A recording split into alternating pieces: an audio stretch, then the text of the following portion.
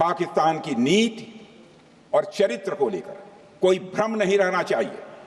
यह एक ऐसा देश है जो वैश्विक आतंकवाद की नर्सरी है और उन्होंने इसको अपनी स्टेट पॉलिसी का भी एक आधार बनाया हुआ है। अध्यक्ष महोदय, ऑपरेशन सिंदूर के दौरान पूरी दुनिया ने देखा है कि पाकिस्तान में सरकार आतंकवादियों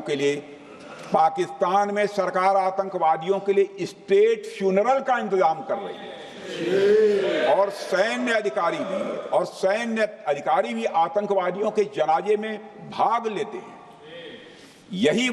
यह वही देश है जो सीमा पर सैनिकों से लड़ने का साहस नहीं जुटा पाता, इसलिए निर्दोष नागरिकों, बच्चों और तीर्थयात्रियों को आतंकवाद का निशाना बनाता है।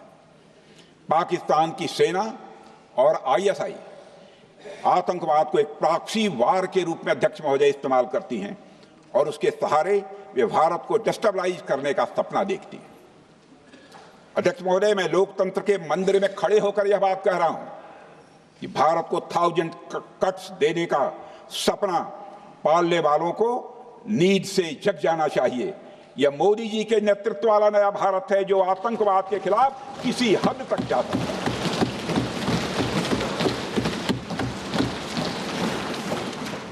अध्यक्ष महोदय, आप भारत का इतिहास जानते हैं।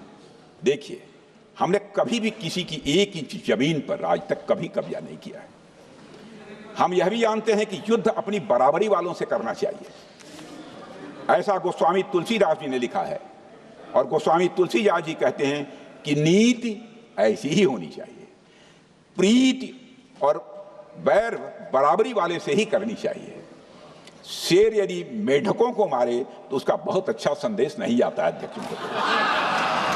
और अध्यक्ष महोदय, हमारे देश की सेना शेर है।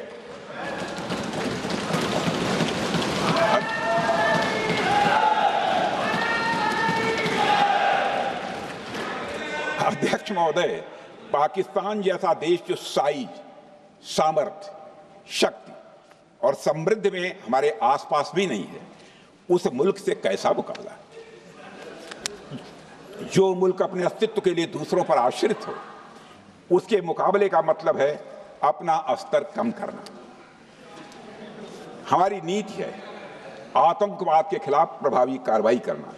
हमारा पाकिस्तान विरोध उनकी आतंकवाद की नीति के कारण है, इसलिए पाकिस्तान का हमारा विरोध है। अध्यक्ष महोदय, हम अगर शांति की आशा के लिए हाथ बढ़ाना जानते हैं तो अशांति फैलाने वाले हाथों को उखाड़ना भी जानते हैं।